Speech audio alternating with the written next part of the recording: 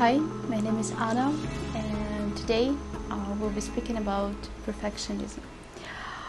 Uh, Perfectionism, especially extreme perfectionism, is a form of neurosis, and for me, this subject is super fascinating because I have been struggling with perfectionism for as long as I remember myself. So I prepared some notes, but I will be just taking some parts from my notes and also just be talking and analyzing as I go. Because I realized when I was preparing for this video, I as usually decided to make it perfect. So I have written all the text. I checked with ChatGPT to make it completely perfect grammatically. I'm Russian, so I have this is my second language, English, so I naturally feel a little bit I was a little worried about my English, so I made sure that it's perfect. And then I was thinking I'll just do I will just put sound over video. In this way I'll make sure that I'll sound perfectly, my English is great.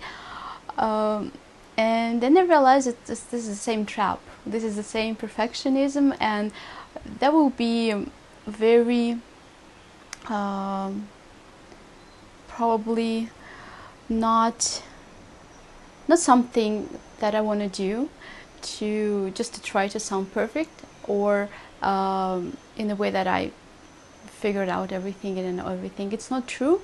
I'm still in the process of learning. So let's dive together in this subject of perfectionism. So I always wanted to be perfect. It felt very safe. I thought that if I'll be getting good grades, if I will look perfectly, if I will be behaving in a nice manner, then I would be free and untouchable for criticism, for humiliation, from laughter, from maybe someone from my family. Remembering my dad being very, very strict, from peers. Probably every one of us knows how it is. Kids, young adults, usually they're not very compassionate, so a lot of people got traumatized by criticism, by laughter, by the peers. So I felt like if I'll be perfect, then there will be nothing they could tell me. So I tried. It didn't really work because I am who I am, and I'm not like a supermodel, and I'm not the brightest person in the world. So I here and there was finding this criticism, and I've noticed that the more I was trying to be perfect, this tension that I was holding was not allowing me to feel the situation, feel the person in front of me. And instead of being natural and being responsive, being open, and in this way engaging in a very harmonious way, I was very tensed, I was very unnatural, and my behavior, my reactions were actually further from perfect, further from natural, further from something that would probably be expected in the situation. So I've noticed that, again, I would repeat it, the more I was trying to be perfect, the less I was able to satisfy the needs of the situation or the person next to me. And I was analyzing, I was thinking from where this perfectionism was coming, and in some books that I found, one of the books I was reading, the author was saying that perfectionism is a form of neurosis, and it happens when, as children, we were lacking affection, love, acceptance, appreciation for who we are. And because that's for little baby, it's intolerable, it's very difficult to accept and to understand why it's happening, to process and probably find other solution, then to create an artificial identity. So I remember my childhood, and I remember the moment when I started to think that I'm actually maybe better than others, maybe more smart, people just don't understand me really.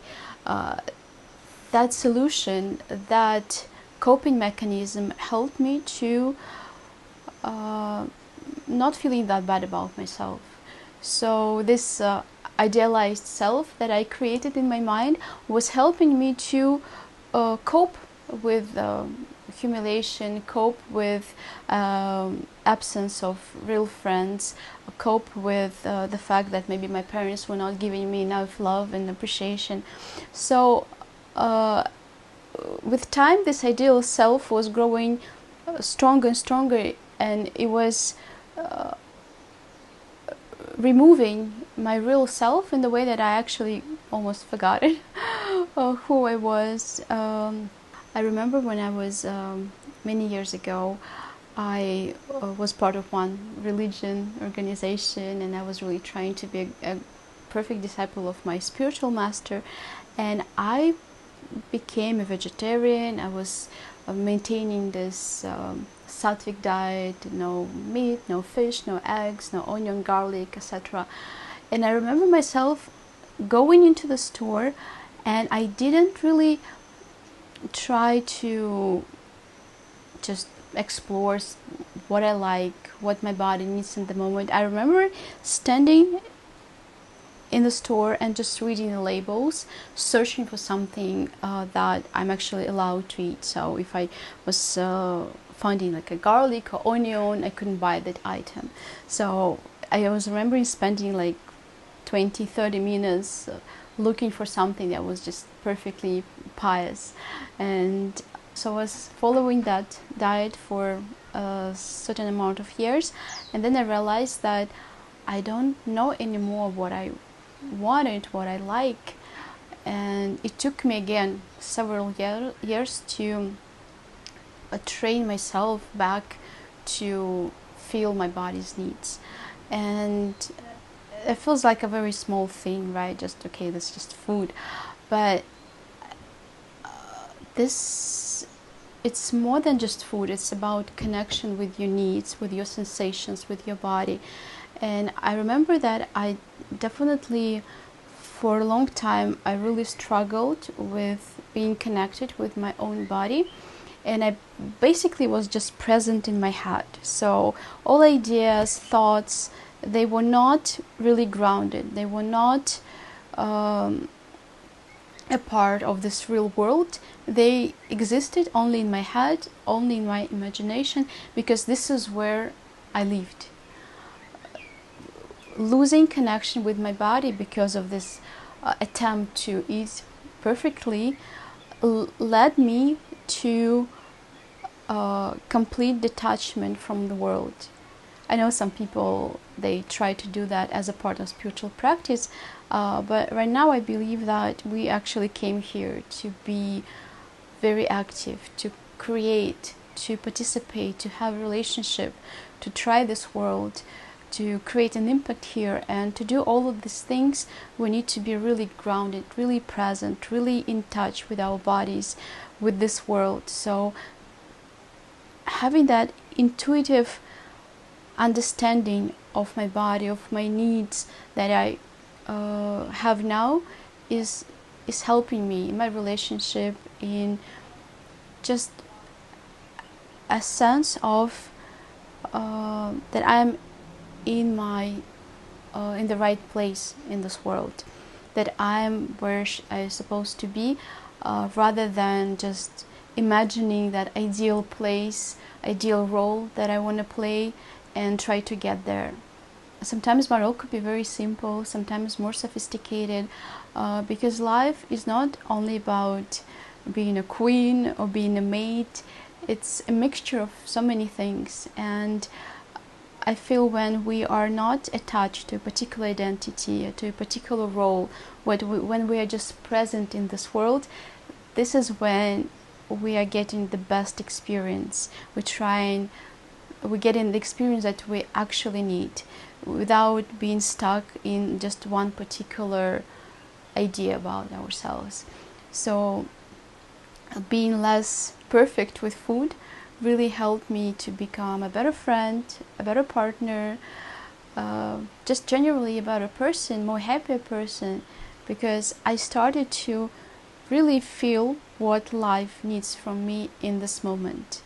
Not what I wish I had, not what I believe I deserve, not what I wish I would look like, but actually what's happening, observing, getting in touch, living, breathing, sensing. So that's really been a great healing moment for me, when I allowed myself to start eating what I like instead of what is right. Another thing that I struggled a lot as a compulsive perfectionist was a very loud inner critic.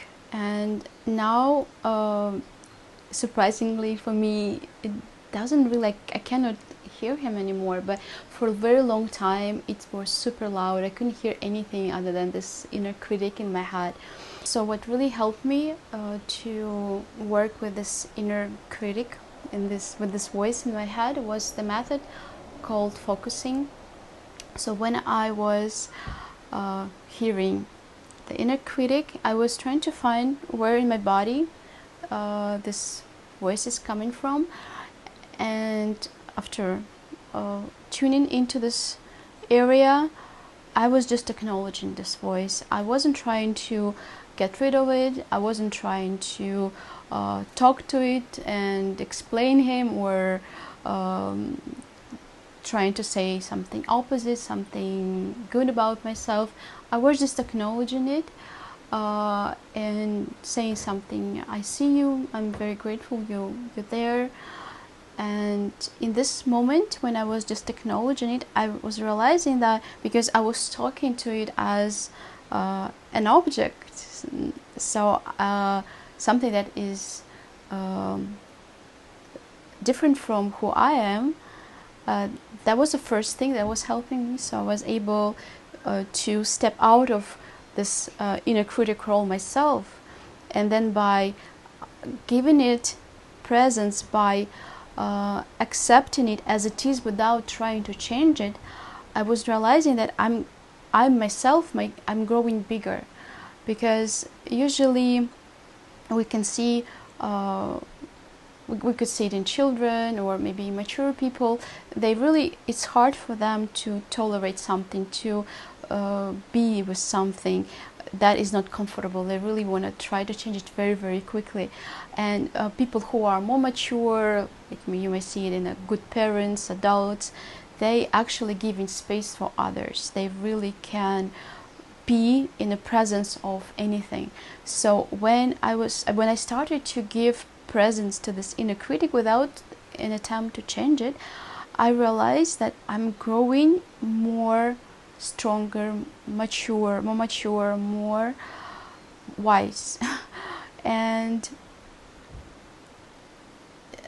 as a result, I was also started to see that the inner critic is actually playing a vital role in this whole system of my psyche. I realized that it's protecting my younger self, who is also part of me still, that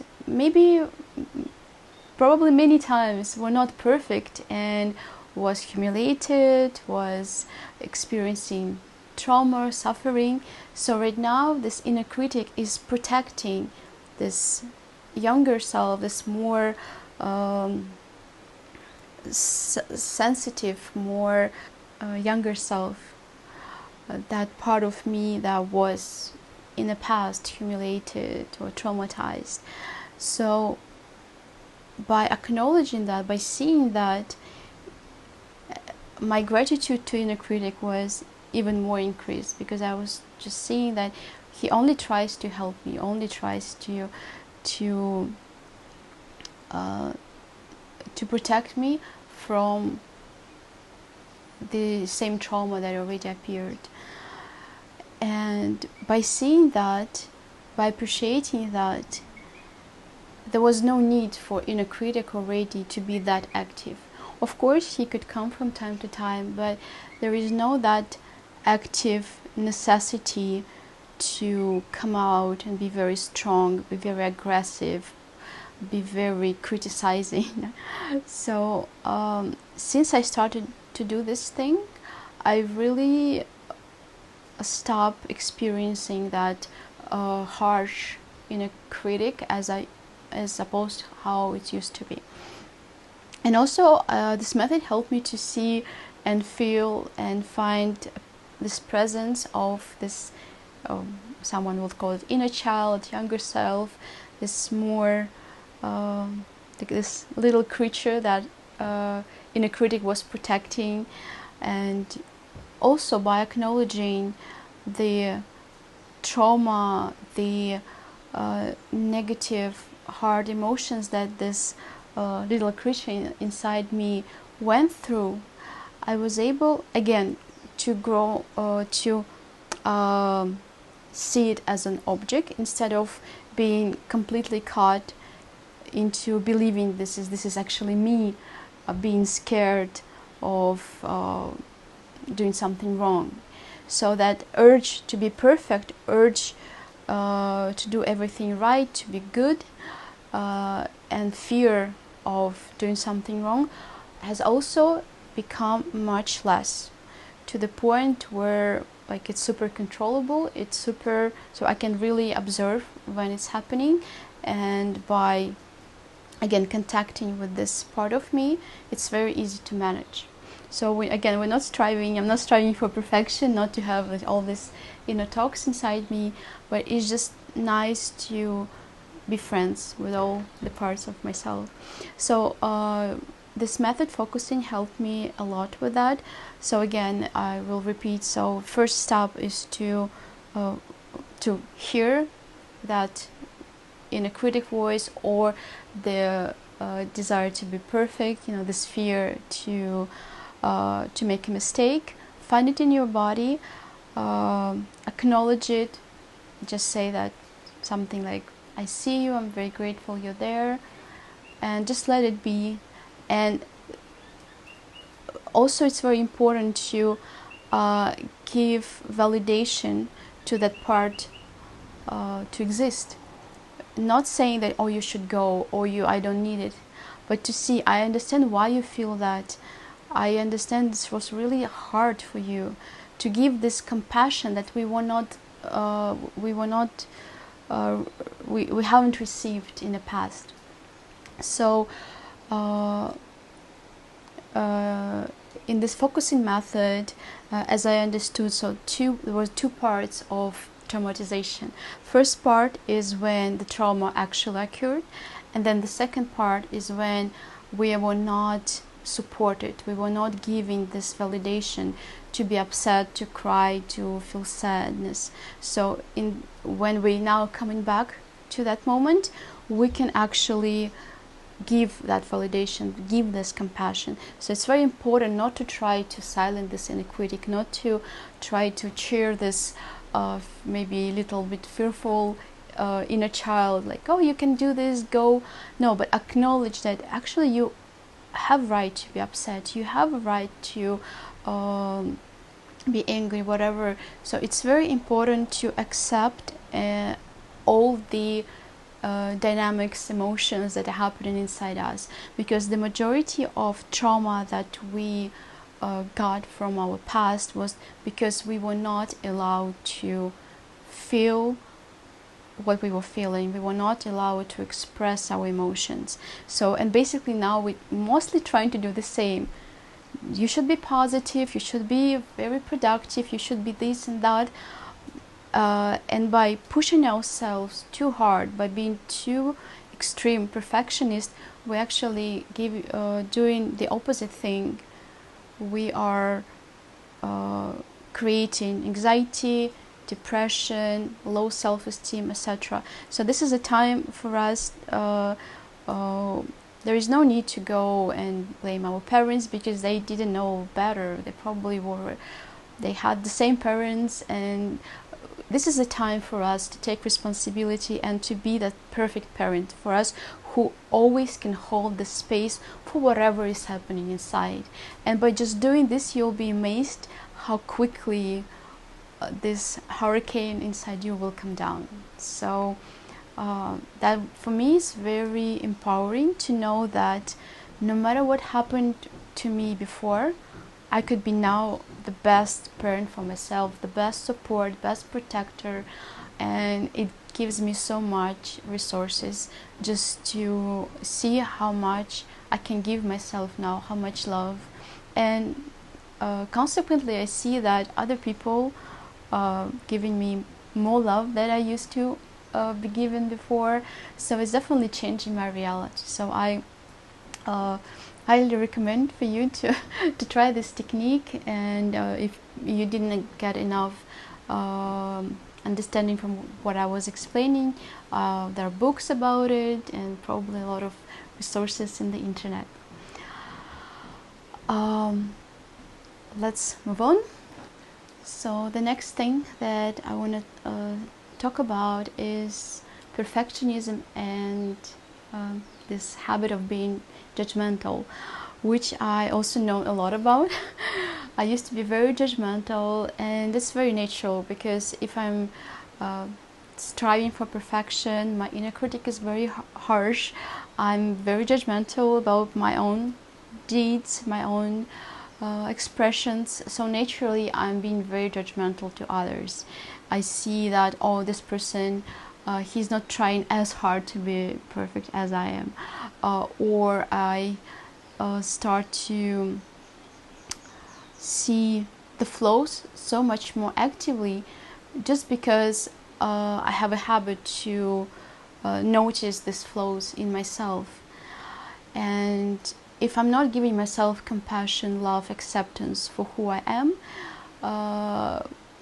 it's very hard for me to give understanding and compassion to others.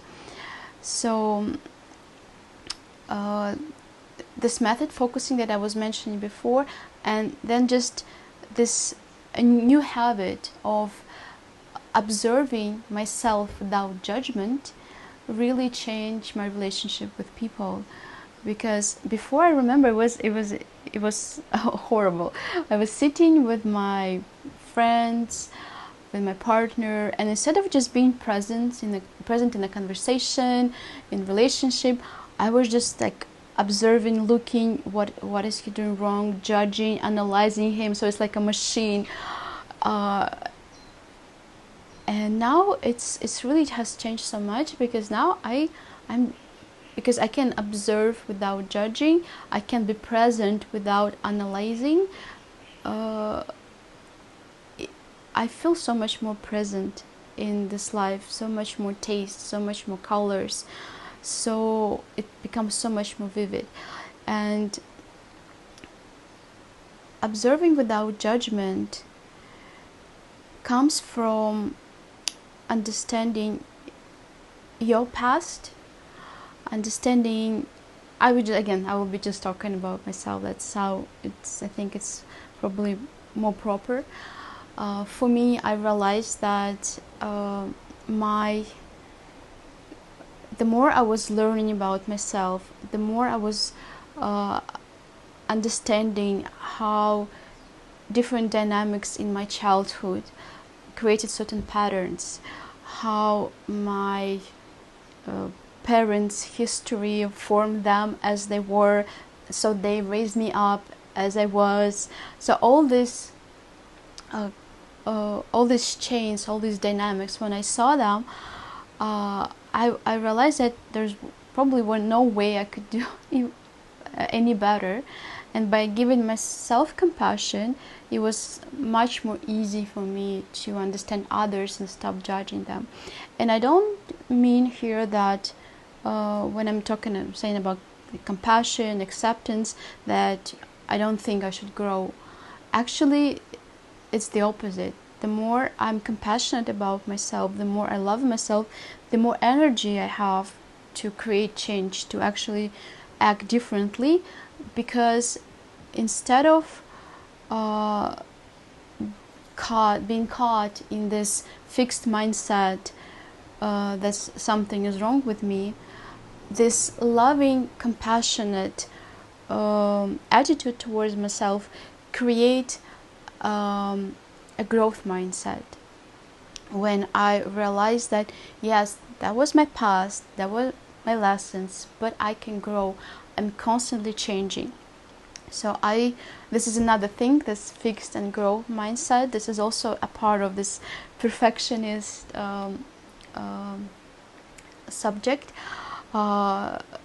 Fixed mindset is when I think that this is who I am, and those are my talents, my capacities, faults, and they will stay like that. So when I had this fixed mindset, it was very hard for me to hear some criticism, to try to do something differently, because it was very painful. It was painful to accept that something is wrong with me, because this is fixed, this is who I am.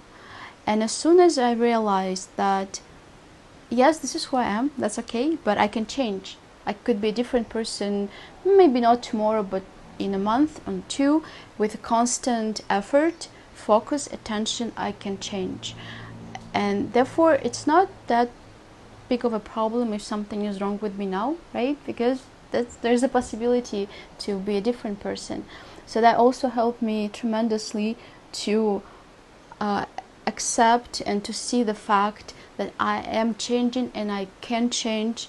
And I'm not saying that could be anything. I understand there's certain limitation, but for whatever desires I have, goals, I have all the capacity, and with the proper work, effort, focus, I can achieve that. So this growth mindset is really helping to, again, silence this inner critic, to stop being so judgmental, and to work much harder on who you want to become, instead of just, again, having self-pity or judgment about something that you don't like about yourself. And I've noticed that the more I grow as a person, I started to finding space in me for much more people with their perception of life. The more I accept myself and all my negative traits, I started to see the same in others, started to respect them more, and in this way, world seems such a more colorful, beautiful, loving place. Before, I used to really think that we all need to be this healthy, active, eating organic,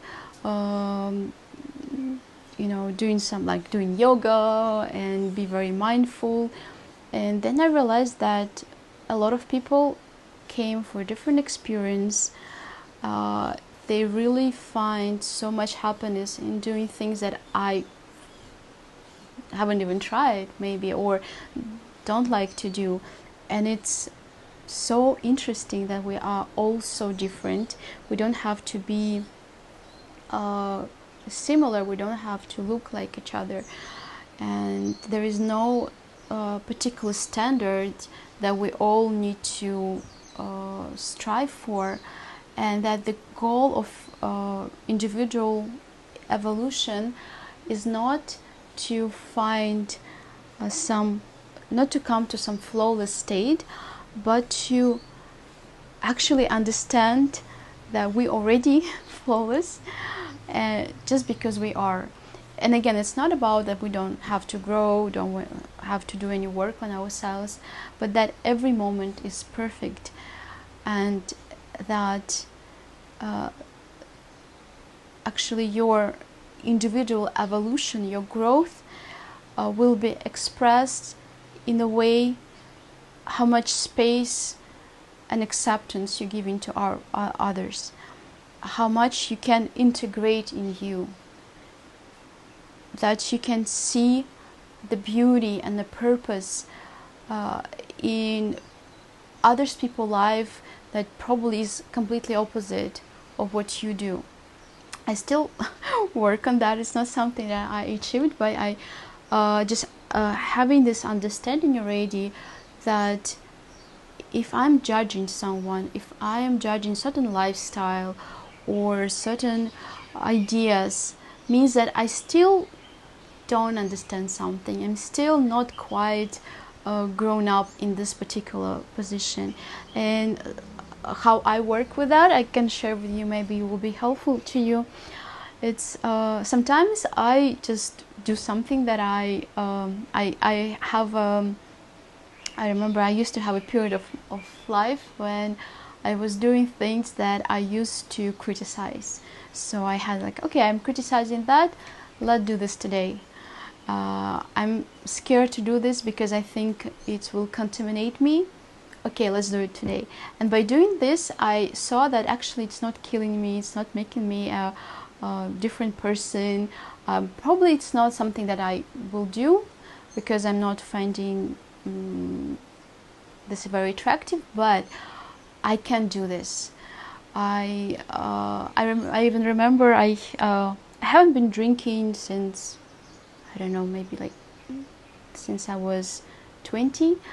So I had this identity that I'm not a drinker, and I realized that it actually produces certain pride. And so I remember I got to the store and I bought like a tiny champagne for myself, drink it, immediately get super drunk. But it helped me to erase this identity of not being a drinker and just not having any particular relationship with that.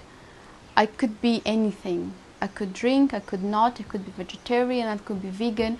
So I decided not to put any costume on myself. I decided not to create some particular artificial identity, but just be a human that is open to anything. So I'm still working on that, and it gives me a lot of happiness to see that I have more and more space for others, for myself, for different expressions of this world. And in this way I feel so much more connected to this world. I feel so much more love I'm giving to this world, receiving from this world. So that's a completely different dynamic that I used to have by always judging, thinking that I'm better than others, I'm more pious, pure, smart, whatever. Just seeing the beauty in everything. And I mentioned in the beginning, I'm from a different country. I'm a Slavic person. I used to spend a lot of time in India. I've been living in the States for the last 6 years, and so I've been exposed to very different nationalities, cultures, and it really helps me not to get stuck in this any particular identity, because for me it gives me so much happiness to feel that I'm not just even a human. I'm just life in this body, experiencing life. And this mentality, that perception, really helps me not to strive so much for perfection. Because I know that being this life, someone calls it, I don't know, I don't want to go that far to say that I'm a piece of particle of God or something like that. That's very high, I guess, right now for me to say that. I would say that I'm just a piece of life that is everywhere, and seeing myself in this way gives me so much joy and allowing me to to experience all that this life can give. Different colors, different shades, different tastes. Uh, I remember in the beginning I was telling you about this. My pies diet when I was coming in, and I was reading labels, and my diet was pretty restricted. So one of the practices that I'm doing now is I'm trying to eat in a very diverse way, not like too extreme, but to try something new here and there.